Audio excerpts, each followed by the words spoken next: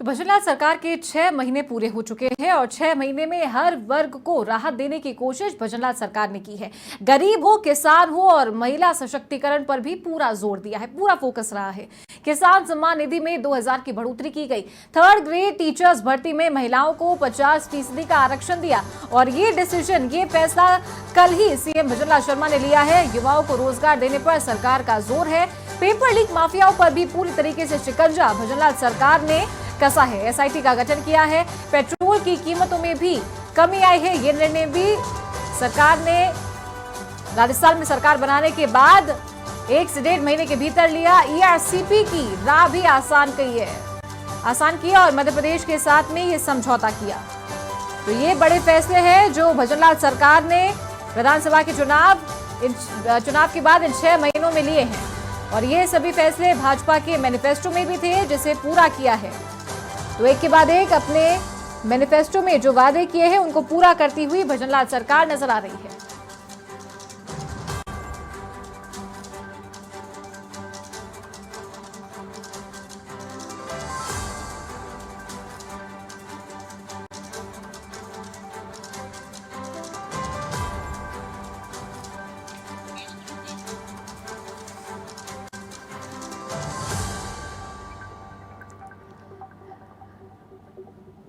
तो पिछले 6 महीनों में भजनलाल सरकार ने जो बड़े फैसले लिए हैं उनकी जानकारी आपको बता दें।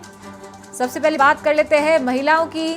महिला सशक्तिकरण पर पूरा फोकस रखते हुए 50% का आरक्षण 3rd ग्रेड शिक्षक भर्ती में सीएम भजनलाल शर्मा ने दिया है।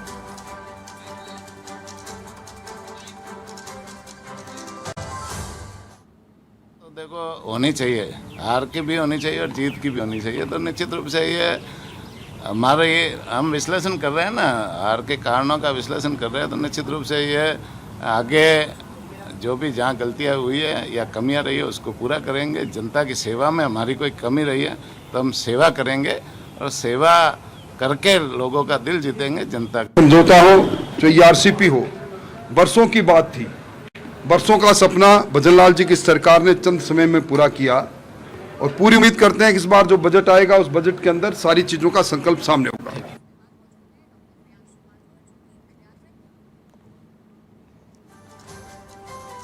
तो पिछले 6 महीने की भजनलाल सरकार के कार्यकाल की अगर बात करें तो सरकार बनाते ही 100 दिवसीय कार्य योजना का लक्ष्य राज्य सरकार ने रखा था।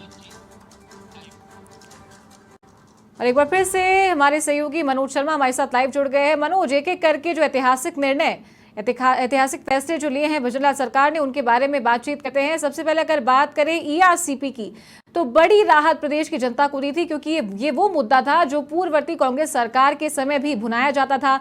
विधानसभा चुनाव के समय भी इस मुद्दे को काफी ज्यादा भुनाया गया था, लेकिन निर्णय भजनलाल सरकार ने ही लिया था।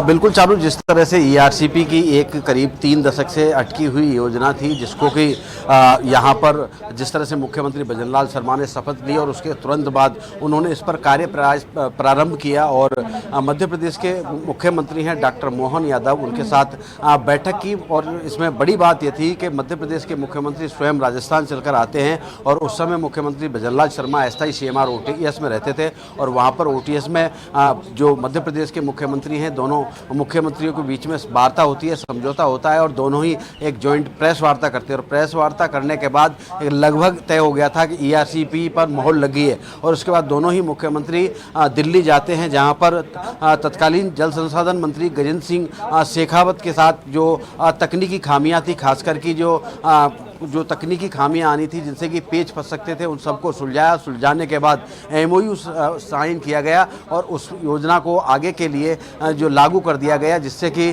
पूर्वी राजस्थान के लिए जो पेयजल समस्या थी वो दूर होती हुई नजर आई। और उसके बाद कुछ दिनों के बाद ही मुख्यमंत्री भजनलाल शर्मा से जिस तरह से शेखावाटी की ताजेवाला हेड से यमुना जल बंटवारे की जो समस्या थी 3 दशकों से अटकी हुई थी, यहाँ पर मुख्यमंत्री भजनलाल शर्मा ने और जो हरियाणा के तत्कालीन मुख्यमंत्री थे मनोहर लाल खट्टर, उनसे समझौता किया। समझौता करने के बाद शेखावाटी के लिए वो पानी की योजनाएं लेकर आए। कह सकते हैं अपने आप में अहम बड़े फैसले थे। और उसके बाद जिस तरह से मुख्यमंत्री भजनलाल शर्मा ने सबसे बड़ी जो राजस्थान में मांग चली आ रही थी, क्योंकि अन्य राज्यों से राजस्थान में पेट्रोल डीजल की जो रेटें हैं वो 10 रुपये अधिक थी, जिसको लेकर मुख्यमंत्री भजनलाल शर्मा ने पूरी जो तकनीकी खामियां हैं उन विसंगतियों को दूर करते हुए पेट्रोल डीजल के दरों में कमी की। समान रेट लगभग जो अन्य राज्यों में पेट्रोल डीजल के दरों चल रही है दरें, उन्हीं दरों में राजस्थान में भी पेट्रोल डीजल मिलने लगा। तमाम बातें हैं, उन पर मुख्यमंत्री भजनलाल शर्मा ने जो फैसले लिए। उसके बाद जो वादा किया था 450 रुपये में गैस सिलेंडर देने का, और अभी जो फैसला लिया है जो 3rd ग्रेड भर्ती परीक्षा है उसमें महिलाओं को 50% आरक्षण देने का, तमाम जो फैसले हैं इस कार्यकाल में लिए गए हैं। जी चारू। चलिए ठीक है, बहुत शुक्रिया मनोज आपका हमारे साथ जुड़ने के लिए। तो ये थे समाचार प्लस संवाददाता मनोज शर्मा।